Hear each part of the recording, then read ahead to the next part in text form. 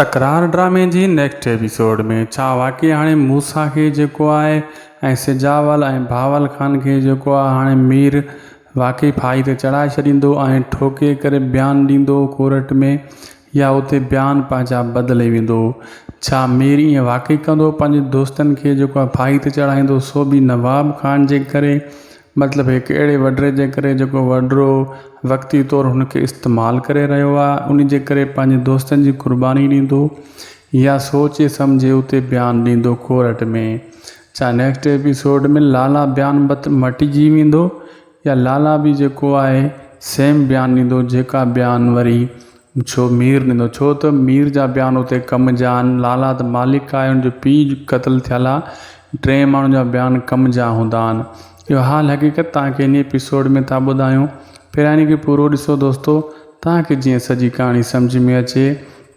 ऐं जेको आहे असांजे चैनल खे बि सब्सक्राइब करे छॾींदा, फेसबुक पेज खे फॉलो लाइक शेयर ज़रूरु कंदा।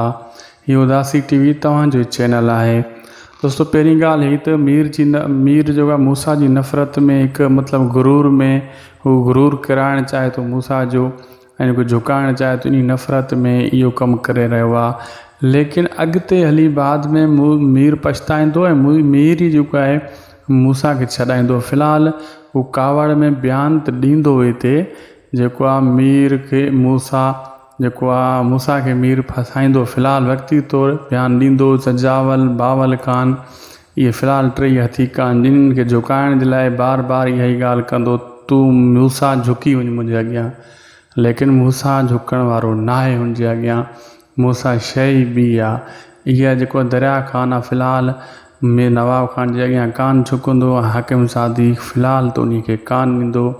दरिया ख़ान बि त वरी दरिया ख़ान आहे न, नवाब ख़ान पंहिंजा ज़ोर लॻाईंदो ई रहंदो। अॼु जो वीडियो पुॻो पुॼाणी थिए असांखे ॾींदा इजाज़त। उमेदु आहे वीडियो तव्हां सब्सक्राइब करे छॾियो चैनल खे। ख़ुदा हाफ़िज़।